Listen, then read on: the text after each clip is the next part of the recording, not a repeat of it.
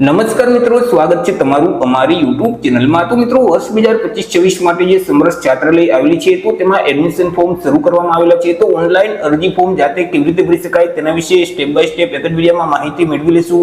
પરંતુ તે પહેલા વિડીયો ગમે તો લાઈક અને શેર કરી દેજો, ચેનલમાં નવા હોય તો ચેનલને સબસ્ક્રાઇબ કરી દેજો। તો ચાલો મિત્રો વિડીયોની શરૂઆત કરીએ।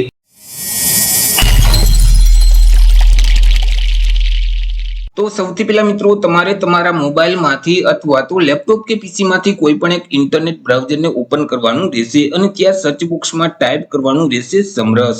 જેવું તમે સમરસ ટાઈપ કરી તમે તેને સર્ચ કરશો તો તમારી સામે આ મુજબની એક સ્ક્રીન ઓપન થઈ જશે કે જ્યાં મિત્રો સમરસ છાત્રાલયની ઓફિશિયલ જે વેબસાઇટ છે તે વેબસાઇટ તમને સૌથી પહેલા જોવા મળશે samras.gujarat.gov.in। તો તે વેબસાઇટ ઉપર તમારે ક્લિક કરી દેવાનું રહેશે। વેબસાઇટ ઉપર ક્લિક કરશો એટલે ગુજરાત સમરસ છાત્રાલય સોસાયટીની ઓફિશિયલ વેબસાઇટ ઓપન થઈ જશે।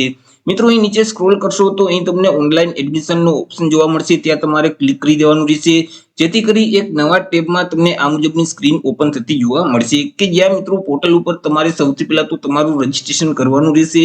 રજીસ્ટ્રેશન કરવા માટે અહીં તમને રેડ કલરમાં રજીસ્ટરનો જે ઓપ્શન જોવા મળે ત્યાં તમારે ક્લિક કરવાનું રહેશે જેથી કરી આગળ તમને એક રજીસ્ટ્રેશન ફોર્મ આપી દેવામાં આવશે। તે ફોર્મમાં તમામ માહિતી ભરવાની રહેશે, જેમ કે તમારું નામ છે તે આ બોક્સમાં ટાઈપ કરી દેવાનું રહેશે, પિતા કે પતિનું નામ આ બોક્સમાં ટાઈપ કરી અને તમારી જે સરનેમ છે તે અહીં ટાઈપ કરી દેવાની રહેશે। ત્યાર પછી તમારી જે તે જન્મ તારીખ હોય તે કેલેન્ડરમાંથી સિલેક્ટ કરી દેવાની રહેશે, તમારા મોબાઈલ નંબર આ બોક્સમાં ટાઈપ કરવાના રહેશે, તમારું ઈમેલ આઈડી આ બોક્સમાં ટાઈપ કરી અને ફરીથી ઈમેલને કન્ફર્મ કરવા માટે આ બોક્સમાં ટાઈપ કરી દેવાનું રહેશે। ત્યાર પછી તમારા જે આધાર કાર્ડ નંબર છે તે આધાર કાર્ડ નંબર અહીં ટાઈપ કરવાના રહેશે, તમારે જે તે પાસવર્ડ રાખવું હોય તે પાસવર્ડ આ બોક્સમાં ટાઈપ કરી અહીં જે કેપ્ચા કોડ છે તે સેમ કોડ આ બોક્સમાં ટાઈપ કરી રજીસ્ટરના બટન પર ક્લિક કરી દેવાનું રહેશે જેથી કરી મિત્રો પોર્ટલ ઉપર તમારું રજીસ્ટ્રેશન છે તે સક્સેસફુલ થઈ જશે। આગળ મિત્રો તમારે લોગિન કરવાનું રહેશે, જેના માટે રજીસ્ટ્રેશન કરતી વખતે તમે જે ઈમેલ આઈડી આપેલ છે તે આઈડી આ બોક્સમાં ટાઈપ કરી દેવાનું રહેશે।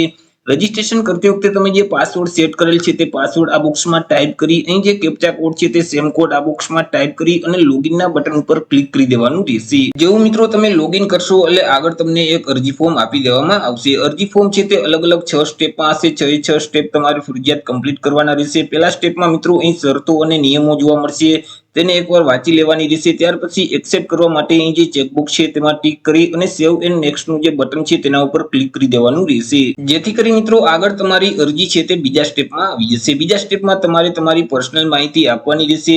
હવે મિત્રો અહીં રજીસ્ટ્રેશન કરતી વખતે તમે જે માહિતી આપેલ છે તે ઓટોમેટિક લઈ લેશે, તેમાં તમે કોઈ પણ પ્રકારનો ફેરફાર કરી શકતા નથી, જેમ કે તમારું નામ છે, તમારી જન્મ તારીખ છે, તમારા મોબાઈલ નંબર છે, તમારું ઈમેલ આઈડી છે, તે તમામ વિગત અહીં ઓટોમેટિક આવી જશે, તેમાં તમે કોઈ પણ પ્રકારનો ફેરફાર નહીં કરી શકો। ત્યાર પછી તમારી જે જાતિ છે તે જાતિ અહીંથી સિલેક્ટ કરી દેવાની રહેશે, પેટા જાતિને અહીંથી સિલેક્ટ કરવાની રહેશે, તમારું જેન્ડર મેલ કે ફિમેલ જે લાગુ પડતું હોય તે ઓપ્શન સિલેક્ટ કરી અને મેરિટલ સ્ટેટસનો ઓપ્શન તમારે સિલેક્ટ કરી દેવાનો રહેશે। ત્યાર પછી તમારી પાસે જે વાર્ષિક આવક અંગેનો જે દાખલો છે તેમાં જેટલી આવક દર્શાવેલું હોય એટલી આવક આ બોક્સમાં તમારે ટાઈપ કરી દેવાની રહેશે।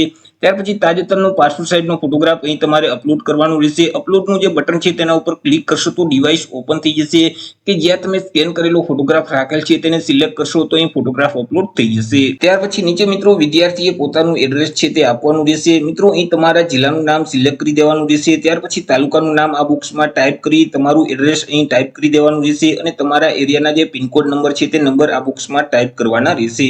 તમામ વિગત ભરાઈ જાય એટલે ફરીથી અહીં જે સેવ એન્ડ નેક્સ્ટ નું બટન છે તેના ઉપર ક્લિક કરી દેવાનું રહેશે। આગળ મિત્રો તમારી અરજી ત્રીજા સ્ટેપમાં આવી જશે કે જ્યાં તમારે એજ્યુકેશનની વિગત આપવાની રહેશે। સૌથી પહેલા તો મિત્રો તમારે જે કોલેજમાં એડમિશન લેવાનું છે તેની વિગત આપવાની રહેશે, જેમ કે કોલેજ જે જિલ્લામાં આવેલી છે તે જિલ્લાનું નામ અહીંથી તમારે સિલેક્ટ કરી દેવાનું રહેશે। કોલેજનું નામ છે તે આ બોક્સમાં ટાઈપ કરી દેવાનું રહેશે। ત્યાર પછી કયા કોર્સમાં તમારે એડમિશન લેવું છે તે કોર્સનું નામ અહીંથી તમારે સિલેક્ટ કરી દેવાનું રહેશે અને કોલેજનું જે સરનામું છે તે એડ્રેસ અહીં ટાઈપ કરવાનું રહેશે। તમે છેલ્લા વર્ષમાં અભ્યાસ કરો છો કે કેમ, જો તમે છેલ્લા વર્ષમાં અભ્યાસ કરતા હોય તો યસ સિલેક્ટ કરવાનું, નહીતર તમારે નો સિલેક્ટ જ રાખવાનું રહેશે। ત્યાર પછી તમે જે છેલ્લી એક્ઝામ પાસ કરેલ છે તેની વિગત આપવાની રહેશે। હવે અહીંથી મિત્રો તમે જો સ્નાતકનો કોર્સ પાસ કરેલ હશે તો અહીં ઓટોમેટિક ધોરણ 12 અથવા તો ડિપ્લોમાનો ઓપ્શન છે તે આવી જશે, પરંતુ તમે જો માસ્ટર ડિગ્રી એટલે કે અનુસ્નાતકનો અભ્યાસક્રમ સિલેક્ટ કરશો તો મિત્રો જે ગ્રેજ્યુએશનનો ઓપ્શન છે તે ઓટોમેટિક આવી જશે। એટલે કે મિત્રો જો તમે સ્નાતકમાં પ્રવેશ મેળવવા માંગતા હોય તો આગળ મિત્રો જે ધોરણ 12 ની વિગત છે તેની વિગત આપવાની રહેશે, પરંતુ તમે અનુસ્નાતકમાં પ્રવેશ મેળવવા માંગતા હોય તો તમે જે સ્નાતકની પરીક્ષા પાસ કરેલ છે તેની વિગત આપવાની રહેશે। રહેશે। મિત્રો અહીં મેળવેલ ટકાવારી છે તે આ બોક્સમાં ટાઈપ કરી દેવાની રહેશે। ત્યાર પછી કોર્સનું નામ આ બોક્સમાં ટાઈપ કરવાનું રહેશે। જો તમે ધોરણ 12 ની પરીક્ષા પાસ કરેલ છે તો કયા પ્રવાહમાંથી પાસ કરેલ છે, આર્ટ્સ, કોમર્સ કે સાયન્સ, તે પ્રવાહનું નામ અહીં ટાઈપ કરી દેવાનું રહેશે। પાસિંગ વર્ષ આ બોક્સમાં ટાઈપ કરવાનું રહેશે। ત્યાર પછી મિત્રો શાળાનું નામ છે તે આ બોક્સમાં ટાઈપ કરી અને તેનું સરનામું છે તે અહીં ટાઈપ કરી દેવાનું રહેશે। હવે મિત્રો અહીંથી તમે કોર્સ સિલેક્ટ કરશો એટલે મિત્રો તેમનું જે ગ્રુપ છે, એડમિશન ગ્રુપ અને હોસ્ટેલ છે, તેનું નામ અહીં ઓટોમેટિક અહીં લઈ લેશે। તેમાં તમે કોઈ પણ પ્રકારનો ફેરફાર કરી શકતા નથી।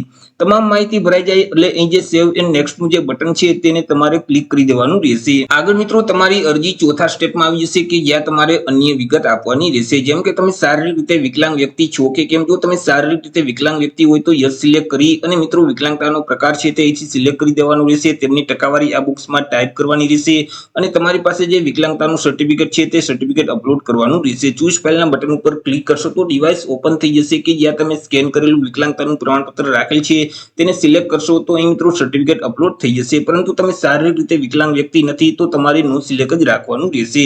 ત્યાર પછી તમે અનાથ બાળક છો કે કેમ। જો અનાથ બાળક હોય તો યસ સિલેક્ટ કરી અને તે અંગેનું જે તમારી પાસે પ્રમાણપત્ર છે, સર્ટિફિકેટ છે તે અપલોડ કરી દેવાનું રહેશે। પરંતુ તમે અનાથ બાળક નથી તો અહીં તમારે નો સિલેક્ટ જ રાખવાનું રહેશે। તમે વિધવા મહિલાના બાળક છો કે કેમ। જો તમે વિધવા મહિલાના બાળક હોય તો યસ સિલેક્ટ કરી અને તે અંગેનું જે પ્રમાણપત્ર છે, પ્રૂફ છે, તેને તમારે અપલોડ કરી દેવાનું રહેશે। પરંતુ તમે વિધવા મહિલાના બાળક નથી તો અહીં તમારે નો સિલેક્ટ જ રાખવાનું રહેશે।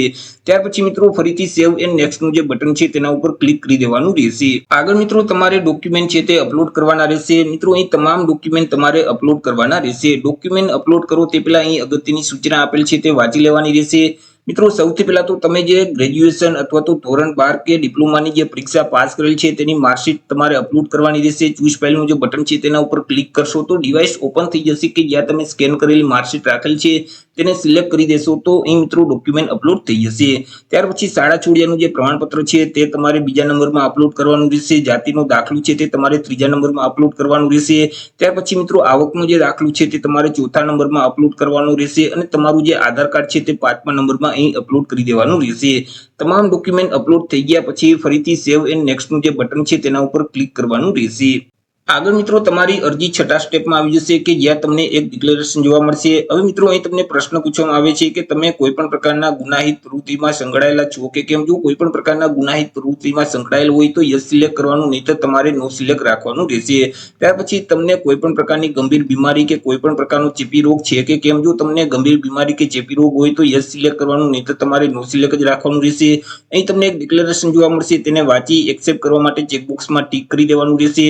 ત્યાર પછી મિત્રો અહીં જે સબમિટનું બટન છે તેના ઉપર તમારે ક્લિક કરવાનું રહેશે। જેવું મિત્રો તમે સબમિટના બટન ઉપર ક્લિક કરશો તો તમારી અરજી છે તે ફાઇનલી સબમિટ થઈ જશે। હવે મિત્રો અહીં તમને એક અરજી નંબર આપી દેવામાં આવશે, તે નંબરને તમારે સાચવી રાખવાનું રહેશે। તમે જે અરજી ફોર્મ ભરેલ છે તેની જો તમે પ્રિન્ટ કાઢવા માંગતા હોય તો અહીં પ્રિન્ટ એપ્લિકેશનનો ઓપ્શન જોવા મળશે, તેના ઉપર ક્લિક કરશો તો તમારા ફોર્મની જે પીડીએફ ફાઇલ છે તે તમારા ડિવાઇસમાં ડાઉનલોડ થઈ જશે। તો હવે મિત્રો જે સમરસ છાત્રાલય આવેલી છે તો તેમાં વર્ષ 2025-26 માટે ઓનલાઈન અરજી ફોર્મ શરૂ કરવામાં આવેલા છે। ઓનલાઈન અરજી ફોર્મ તમે જાતે જ ભરી શકો છો। તો આશા રાખું છું વિડીયો પસંદ પડ્યો હશે। વિડીયો પસંદ પડ્યો તો લાઈક અને શેર કરી દેજો। ચેનલમાં નવા હોય તો ચેનલને સબસ્ક્રાઇબ કરી દેજો।